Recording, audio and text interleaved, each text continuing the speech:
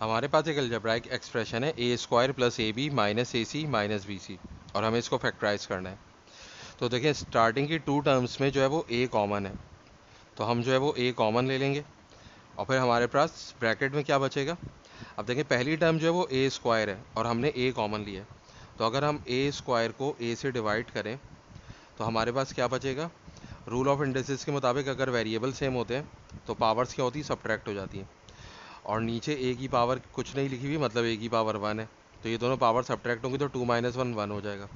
तो ए की पावर 1 हो जाती है। तो ए की पावर 1 भी दोबारा हमें लिखने की ज़रूरत नहीं, तो जस्ट ए यहाँ पे हमारे पास बच जाएगा। फिर है हमारे पास प्लस ए बी, तो अगर हम इसको ए बी को डिवाइड करें ए से, देखें सेकंड टर्म ए बी है और जो कॉमन लिया है ए, उससे हम डिवाइड कर रहे हैं, तो ए और ए कैंसिल हो जाएगा और हमारे पास बच जाएगा बी, तो हम लिख देंगे यहाँ पे प्लस बी। अब इन दोनों में से हमारे पास क्या कॉमन है, देखिए यहाँ पे ए सी है और यहाँ पे बी सी है, तो सी कॉमन है और माइनस का साइन दोनों जगह पे है, तो हम माइनस सी कॉमन ले लेंगे। अब हमारे पास ब्रैकेट में क्या बचेगा, देखिए हमारे पास यहाँ पे क्या है, माइनस ए सी है और हमने कॉमन क्या लिया, माइनस सी कॉमन लिया, तो माइनस माइनस कट जाएगा, सी और सी कट जाएगा और सिर्फ ए बच जाएगा, तो हम ए लिख लेंगे। फिर दूसरी जो टर्म है वो माइनस बी सी है और हमने कॉमन लिया है माइनस सी, तो माइनस सी से हम इसको डिवाइड कर देंगे, तो माइनस माइनस कट जाएगा, सी और सी कट जाएगा, तो हमारे पास क्या बचेगा, प्लस बी।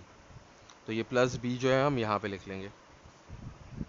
यहाँ पर भी प्लस ए ही था, लेकिन क्योंकि पहली टर्म जो होती है उससे पहले हमें साइन लिखना ज़रूरी नहीं होता, इसलिए हमने यहाँ पे प्लस का साइन नहीं लगाया। ये ऑब्वियस होता है कि इससे पहले प्लस का साइन है,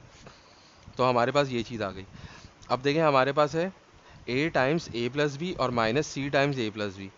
तो देखें हमारे पास हमें नज़र आ रहा है कि ए प्लस बी वाला जो फैक्टर है वो कॉमन है, तो अगर हम ए प्लस बी को कॉमन ले लेंगे तो हमारे पास यहाँ पे ए बच जाएगा, या इसको हम यूँ भी कह सकते हैं कि हमने ए प्लस बी कॉमन ले लिया और हमारे पास जो ये पूरी एक्सप्रेशन है वो क्या है, ए टाइम्स ए प्लस बी है। तो हमने जो कॉमन लिया है ए प्लस बी, असल में हम उससे डिवाइड कर रहे होते हैं, तो अगर हम डिवाइड करेंगे तो हमारे पास क्या बचेगा, ए बचेगा। फिर हमारे पास क्या है, माइनस का साइन लगा देंगे हम, और फिर क्या है, सी टाइम्स ए प्लस बी है और यहाँ पे हमने कॉमन क्या लिया है, ए प्लस बी कॉमन लिया है, तो ए प्लस बी और ए प्लस बी को कैंसिल कर देंगे तो हमारे पास क्या बचेगा, सी बचेगा। तो हमारे पास फैक्टर्स क्या आ रहे हैं, ए प्लस बी और ए माइनस सी। तो इस तरीके से हम फैक्टराइजेशन करते हैं।